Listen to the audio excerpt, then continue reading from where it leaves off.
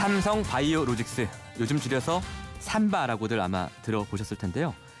이 삼성 바이오로직스가 고의적으로 분식회계를 했고 그 목적이 이재용 삼성전자 부회장의 경영권 승계를 위한 것이라는 의혹이 제기된 바가 있습니다.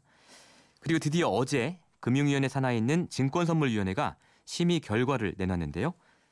고의적인 분식회계였다라는 결론을 내렸습니다. 그럼 이제 앞으로는 어떻게 되는 걸까요? 또 어디까지 파장이 미치게 될지.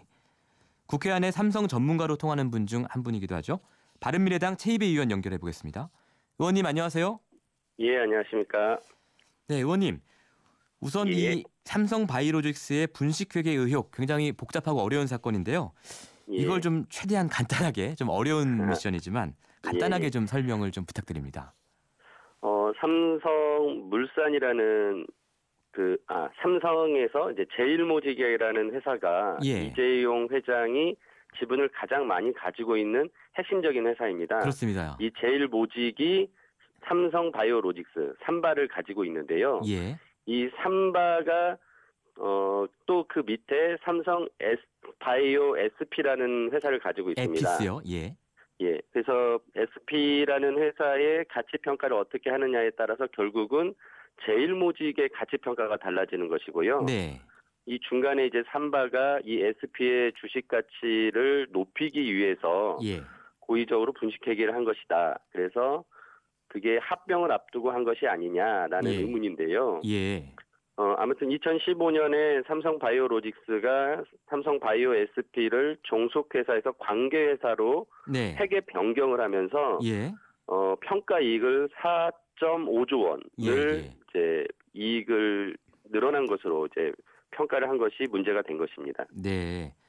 그러니까 종속회사에서 관계회사로 말만 바꿨는데 회사의 평가 이익이 갑자기 4조 5천억 원이 늘어난 거군요.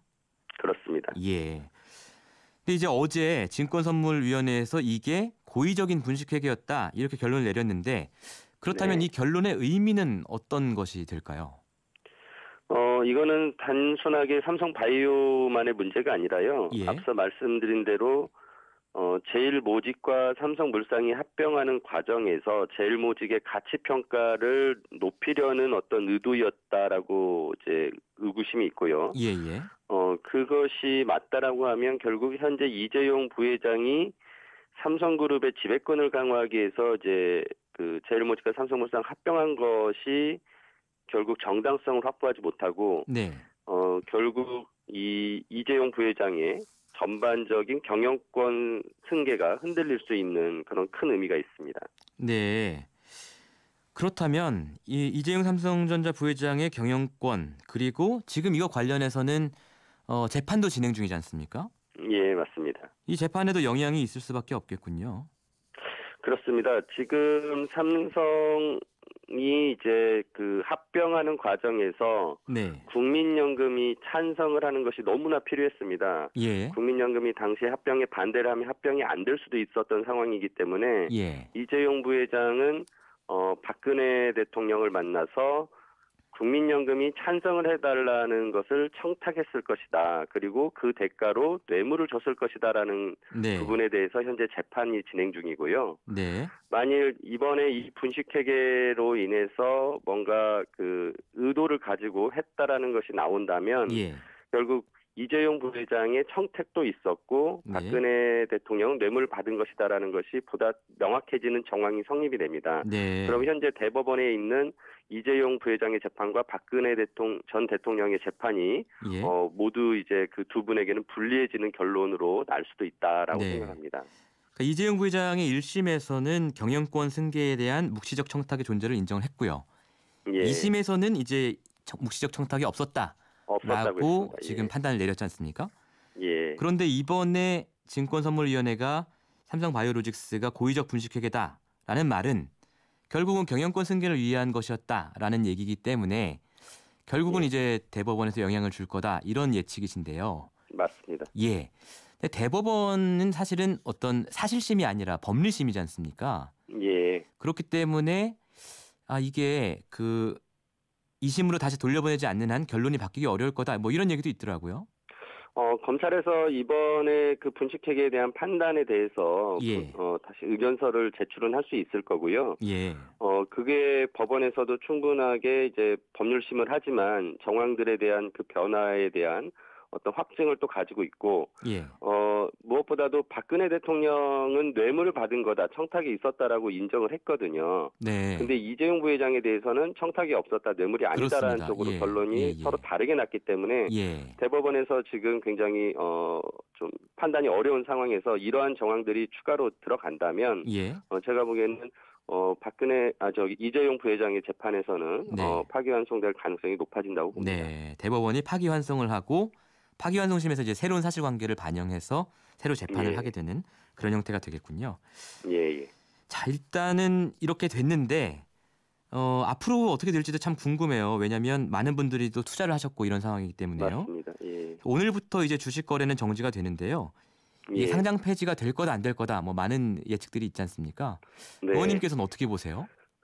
일단 상장 폐지 심사는 예. 그 증선이 결정을 그대로 받아들여서 진행됩니다. 그러니까 삼성바이오가 지금 이거를 행정소송한다고 하더라도 예. 뭐 그걸 기다리진 않고요. 그래서 상장 폐지 심사는 15일간 그리고 예. 추가로 연장이 된다면 15일 더해서 30일 동안 매매 정지가 되고 그 사이에 결론을 내야 합니다. 문제는 이제 과거의 분식회계로 삼성바이오에 대한 장부가 수정이 될 것이고 예. 그 수정된 결과가 이제 자본 잠식으로 나온다면 예. 상장 폐지될 가능성이 있습니다. 예. 하지만 아시다시피 현재 삼성바이오는 정상적인 영업 활동을 하고 있고 예. 그 자본 잠식이 되더라도 유상증자를 통해서 그 자본 잠식을 탈피한다면 예. 상장은 유지될 수 있기 때문에 아. 제 생각에는 삼성바이오가 상장 폐지를 하지 않도록 하는 노력으로 만일 자본 잠식이 된다면 유상증자 등등을 해서 투자자들의 보호라는 명목을 예. 가지고서 상장을 유지시키려고 노력할 것으로 기대합니다. 그렇군요. 그러니까 그러니까 자본 잠식이 되면 상장 폐지가 돼야 되는데 그 유상증자를 사후에도 이렇게 할 수 있는 모양이죠? 예. 그 그러니까 투자자 보호를 위해서 상장 예. 폐지에 대한 그 심사를 할 때 기존의 상장 요건을 다시 맞출 수 있다고 하면 예. 그 회사에 계속 상장을 유지하는 쪽으로 해줍니다. 예. 그리고 이제 삼성 바이오로직스에 대해서 회계 장부를 이제 새로 써야 하는 상황인데 예. 그렇게 되면 삼성 바이오로직스를 자회사로 갖고 있는 삼성물산 예. 여기도 이제 회계 장부가 바뀌어야 되는 거 아닙니까? 지금 현재 그 삼성물산이 예. 삼성바이오에 대해서 이제 시가 평가를 하고 있다라면 공정가액 평가를 하고 있다면 결국 시장의 주가에 따라서 이제 연말마다 평가를 하는 것이고요. 예. 그게 아니라 이제 지분법 평가를 하고 있다면 이제 장부가액의 변화에 따라서 같이 변화되는 상황은 있을 수 있습니다. 아, 그 어려운 얘기인데 조금 풀어서 설명을 해주시죠. 네. 예, 회계 처리의 방식인데요. 예. 제가 이제 지금 삼성물산의 장부까지는 확인 안 해봤지만 아마도 이거는 지분법으로 평가를 하고 있을 것으로 예상이 되는데요. 예. 그렇다면은 말씀대로 삼성바이오의 장부가 바뀌면은 삼성물산의 장부도 바뀌어야 되는 것입니다. 하지만은 삼성물산 자체는 현재 상장된 회사로 그런 장부가액보다는 오히려 이제 영업이나 여러 가지 미래 가치에 대한 주가로 이제 그 가격이 형성되기 때문에 뭐 삼성물산에 대해까지 크게 영향을 주지는 않을 것 같다는 생각이 듭니다. 그렇군요. 하지만 오히려 그 부분보다는 제일모직과 삼성물산의 합병이 무효가 될 수도 있다라는 그런 우려도 있습니다. 그거를 되돌릴 수 있는 방법이 있습니까? 현재 제가 조사를 해보니까 일성신약이라고 예전에 삼성물산의 기존 주주였는데요. 맞습니다. 이 회사에서 불공정한 합병 비율로 합병이 되었다. 그래서 자신들이 손해를 봤다라고 생각하고 이제 합병 무효의 소송을 제기한 바 있습니다. 소송이 이게 작년 8월에 1심 판결은 합병이 무효가 아니다라는 판결을 했는데 다시 이제 항소를 해서 현재 2심이 진행 중에 있습니다. 따라서 이제 분식회계가 확인되고 이게 이재용 부회장에게 유리하게 하기 위해서 불공정한 합병 비율을 만들었다라는 것이 확정이 되면 합병이 무효로 될 수도 있습니다. 그렇게 되면은 이재용 부회장이 지배력 강화를 위한 이런 모든 작업들이 실패로 돌아가는 이제 원점에서부터 다시 또 시작을 해야 되는 것이고 이 과정에서 저는 분식회계에 대한 책임이 이재용 부회장까지 있다라는 것으로 밝혀진다면 이 분식회계를 지시한 그 자체만으로도 또 형사처벌을 받아야 되거든요. 그래서 앞서 말씀드린 그 뇌물 관련된 대법원 판결도 있지만 예. 이 분식회계에 대한 또 재판에서 또다시 형사처벌을 받을 수도 있기 때문에 이재용 부회장은 그룹 승계에 굉장히 큰 타격을 입을 수 있습니다. 그렇게 엄청난 파장이 있을 수도 있는 일이군요. 이게. 예. 저희 청취자분께서 의견을 하나 주셨는데 이런 의견 주셨어요. 0943번님인데요. 삼성바이오 분식회계를 말하기에 앞서 상장 당시 심사를 하고 승인해준 유관기관 문제, 그리고 국제회계 기준의 모호성 등을 먼저 생각해야 하지 않을까요? 정권이 바뀔 때마다 기준이 변하는 게 오히려 더 큰 문제가 아닐지, 이런 의견 주셨거든요. 여기에 대해서는 어떻게 보세요? 맞는 말씀이고요. 결국은 한국거래소가 처음에 상장에 대한 심사를 할 때 제출된 재무제표를 일단은 믿고 할 수밖에 없습니다. 거래소 자체가 그걸 다시 감사할 수는 없으니까요. 네. 결국은 회계감사, 이 분식회계를 제대로 적발해내지 못하는 회계법인들, 감사인들의 문제라고 할 수 있고요. 그런 면에서는 이제 이 회계감사 제도에 대한 제도 개선이 노력이 있었고 작년에 저희가 대표 발의한 법안들이 통과가 돼서 이 회계감사인의 독립성을 확보하기 위한 외부 감사에 대한 법률이 개정이 되었습니다. 그래서 어떻게 개정이 됐습니까, 그게? 예전에는 회사가 감사인을 이제 선정을 할 때 회사가 돈을 주고 계약을 하는 형태이기 때문에 갑을 관계가 형성이 됩니다. 그래서 이런 식의 자유 수임이 아니라 감독 당국이 회계 감사인을 지정을 해주어서 이 감사인이 보다 독립적으로 회사를 감사할 수 있도록 하자는 취지로 지정 감사제를 도입하자라는 주장이 있었고 제가 자유 수임 제도와 지정 감사 제도를 교차하면서 활용할 수 있는 제도 개선안을 내놨고 그게 통과가 되었습니다. 예, 그렇군요. 그러니까 지금은 기업들이 회계감사를 맡길 회계법인을 스스로 결정을 하는데 그렇게만 하지 말고 중간에서 금융당국이 개입을 해서 지정감사를 할 수 있는 방안도 집어넣어 놓으신 거군요. 예, 그렇습니다. 이게 언제부터 적용이 되는 거죠? 내년부터 적용이 되고요. 일단은 상장회사나 대형 금융회사 등에부터만 적용이 됩니다. 상장회사랑 대형 금융회사 법인들. 예, 그렇군요. 그럼 그 결정은 뭐 거래소에서 하나요? 아니면 금융위에서 하나요? 금감원에서 금감원에서 하도록 되어 있습니다. 예. 그것 말고 이제 근본적으로 이런 문제가 반복되지 않게 하는 과제가 뭔가 더 있을까요? 어떨까요? 그것만 하면 될까요?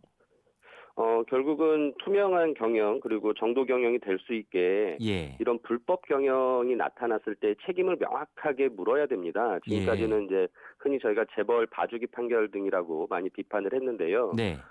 최근 어제도 부영그룹의 이중근 회장이 500억이 넘는 이제 회사의 횡령 배임 사실이 나타났는데도 징역 5년밖에 받지 않았거든요. 이런 이제 부분들이 개선될 수 있도록 대법원에서도 좀 더 엄중한 법원이 이제 처벌을 할 수 있는 그런 좀 분위기가 돼야 되겠습니다. 좀 더 엄격한 법 적용이 필요하다는 말씀이셨습니다.